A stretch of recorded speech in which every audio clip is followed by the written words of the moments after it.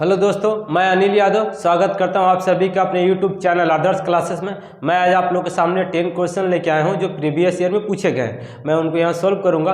अगर आप लोग को वीडियो अच्छी लगेगी तो प्लीज़ लाइक सब्सक्राइब जरूर कीजिएगा। चलिए बढ़ते प्रश्न की तरफ। पहला प्रश्न क्या बोल रहा कि चक्रवृद्धि ब्याज की 8.1/3% वार्षिक दर पर 1728 रुपया कितने वर्षों में 2197 रुपया हो जाएगा। ये ऑप्शन है, ठीक है दोस्तों।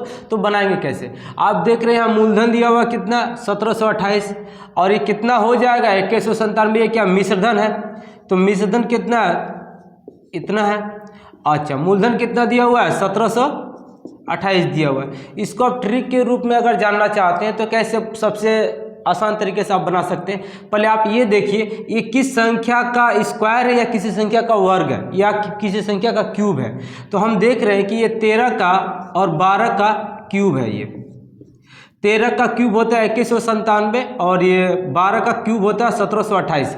मतलब ये क्यूब है, इसका मतलब है इसमें कितना समय लगेगा, 3 वर्ष लगेगा। ठीक है दोस्तों, कितना समय लगेगा, 3 वर्ष लगेगा। अगर यह स्क्वायर होता तो 2 वर्ष लगता। अगर किसी संख्या का अगर 4 है तो वो 4 साल लगेगा। ठीक है, लेकिन यहाँ पर ये संख्या क्या क्यूब में है, इसीलिए कितना समय लगेगा, 3 वर्ष लगेगा। ठीक है दोस्तों, ये ट्रिक के रूप में है।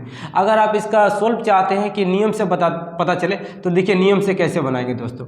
पहले हम लोग किसको पकड़ेंगे, परसेंटेज को। कितना 8 3 के 24, 24 1 25, 25/3%। ठीक है, परसेंट है, इसके लिए हम लोग क्या करेंगे, नीचे 100 से गुना कर देंगे। अब काट देते हैं, 25 चौके 100, कितना आ गया 1/12। तो 12 रुपया में इसको 1 रुपया क्या मिल रहा, ब्याज मिल रहा। तो इसको हम लोग मिश्रधन बदल देंगे तो कितना हो जाएगा, 12 और 1 कितना हो जाएगा 13। ठीक है दोस्तों, 13/12। अब ये कितने समय में कितना हो जाएगा, इतना हो जाएगा।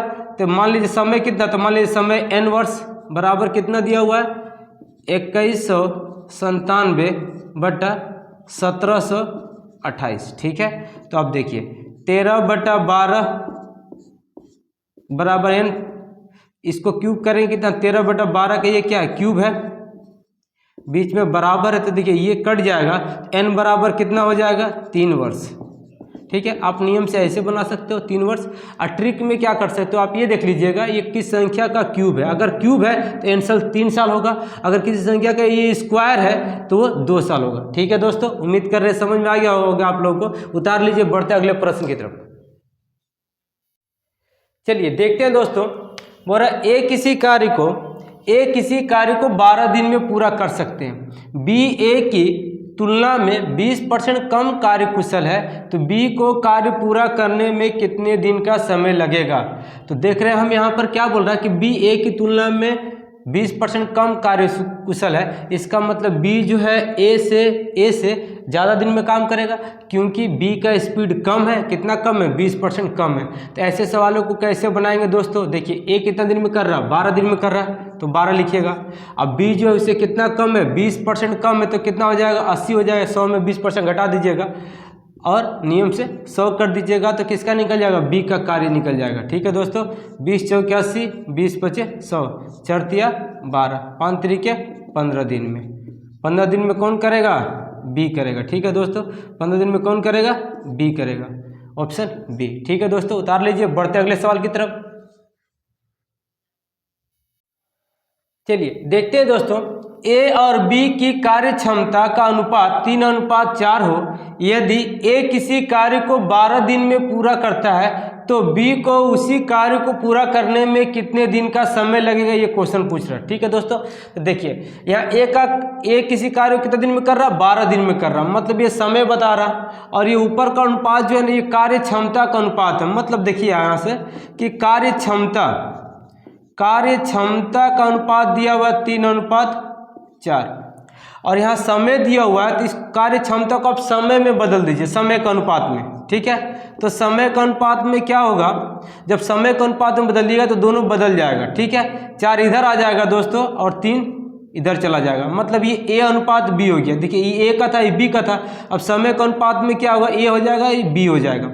और देखिए एक किसी कार्य को कितने दिन में कर रहा, 12 दिन में कर रहा, और एक अनुपात कितना हो गया, 4, मतलब 4 अनुपात बराबर कितना हो गया, 12, क्योंकि एक किसी कार्य को 12 दिन में कर रहा है और एक अनुपात कितना है, 4 है, तो 4 बराबर 12, इसलिए 1 बराबर, इसलिए पूछ रहा बी का, तो बी कितना 3 है, तो 3 बराबर कितना होगा। ठीक है दोस्तों, काट देंगे, 3 तरीके 9, 4 तिया 12, 3 तरीके 9 दिन। ठीक है, 9 दिन हो गया। ये किसका काम हो गया, बी का। बी कितने दिन में करेगा, 9 दिन में करेगा, ऑप्शन बी। ठीक है दोस्तों, कैसे बना एक बार फिर से रिपीट कर देते हैं। देखिए, कार्य क्षमता का अनुपात दिया हुआ है, अब इसको आप क्या कीजिए, समय का अनुपात में बदल दीजिए। समय का अनुपात में बदलते हैं कैसे, पलटी हो जाएगा, 2 को जब अनुपात रहेगा ना दोस्तों, तो 4 इधर हो जाएगा, 3 उधर चला जाएगा, ये हो गया समय का अनुपात। और एक किसी कार्य को कितने समय में कर रहा, 12 समय में कर रहा, तो इसका मतलब एक अनुपात कितना, 4 है, तो 4 बराबर 12, इसलिए 1 बराबर। बी के बारे में पूछ रहा था, बी का अनुपात कितना, 3 है, तो 3 बराबर कितना होगा। ठीक है, अब काटेंगे, आंसर आ जाएगा कितना, 9 दिन, ऑप्शन बी। ठीक है दोस्तों, उतार लीजिए, बढ़ते अगले सवाल की तरफ। देखते हैं दोस्तों, बोला किसी भी प्राकृत संख्या n के लिए 6 के पावर में n माइनस 5 के पावर में n के परिणाम का अंतिम अंक हमेशा क्या होता है। ये ऑप्शन है, एनटीपीसी का गिरा हुआ क्वेश्चन है दोस्तों। तो देखिएगा, जब भी दिया हुआ क्या, 6 के पावर में n माइनस 5 के पावर में n एक प्राकृतिक संख्या, कुछ भी इसका मान रख दो, 1 2 3 4 5, तो इसको जब हल करने पर इसका अंतिम अंक मतलब इकाई अंक क्या होगा। तो याद रखिएगा दोस्तों, अगर ये 6 है और ये 5 है ना, तो इसका हल करने पर n का मान जितना भी हम रख ले, 1 रख ले, 2 रख ले, 3 रख ले, 4 रख ले, जितना भी मान रख लेंगे, और 5 के पावर में 1 2 3 4 जितना भी रख ले, अगर सेम डिजिट रखना, यहाँ अगर 1 रखे तो यहाँ भी 1 रखना है, यहाँ 2 रहेगा तो यहाँ भी 2 रहेगा, यहाँ 3 रहेगा तो यहाँ भी 3 रहेगा, तो जितना भी रखेंगे तो इसका इकाई अंक हमेशा क्या आएगा, हमेशा 1 ही आएगा। ठीक है दोस्तों, क्या आएगा, हमेशा 1 ही आएगा। आप हम प्रूफ करके दिखाते हैं। मान लीजिए n का मान आप 1 रख लीजिए, तो देखिए n का मान आप 1 रखिएगा तो क्या होगा, 6 के पावर में कितना, 1 माइनस 5 के पावर में कितना, 1 हो गया। तो देखिए 6 का पावर 1 कितना होगा, 6 ही होगा, अब 5 का पावर 1 कितना होगा, 5 ही होगा। 6 में से 5 घटेगा तो कितना आएगा, 1 आया। देखिए लास्ट अंक कितना, 1 आया ना।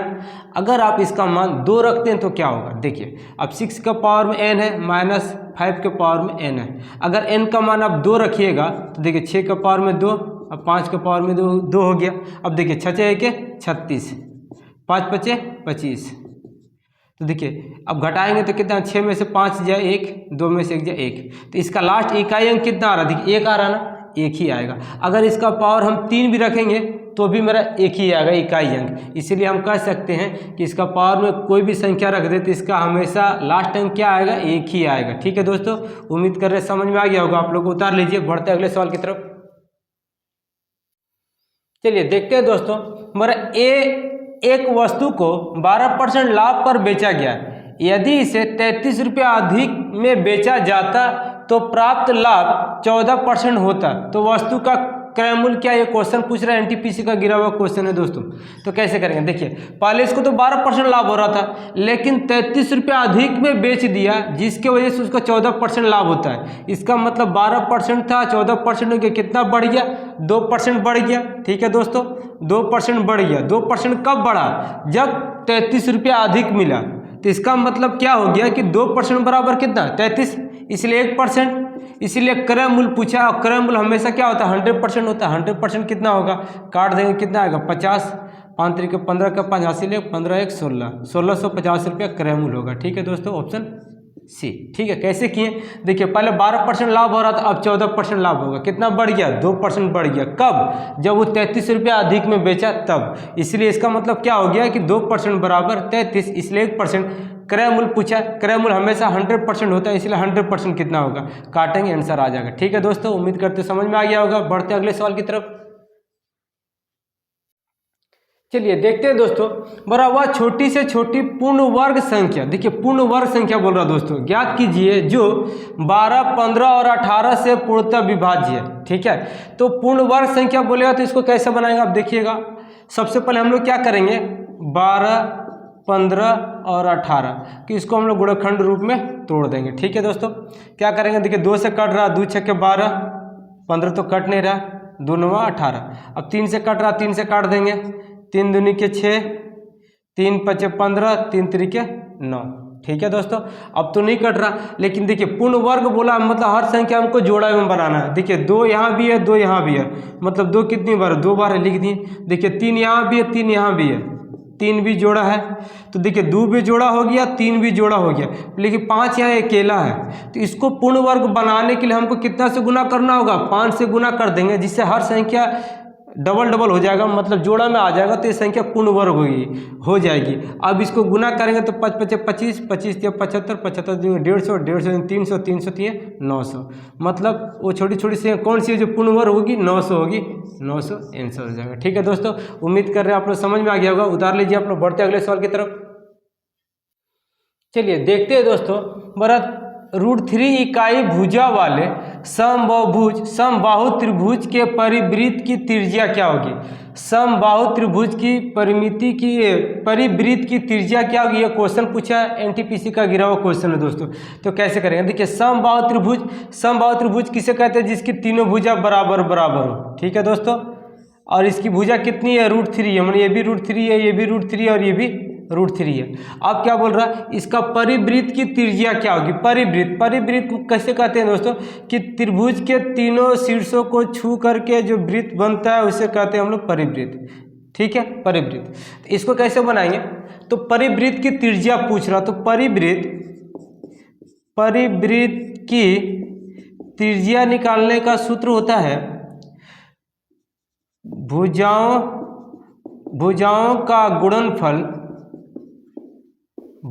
का गुणनफल बटा 4 गुने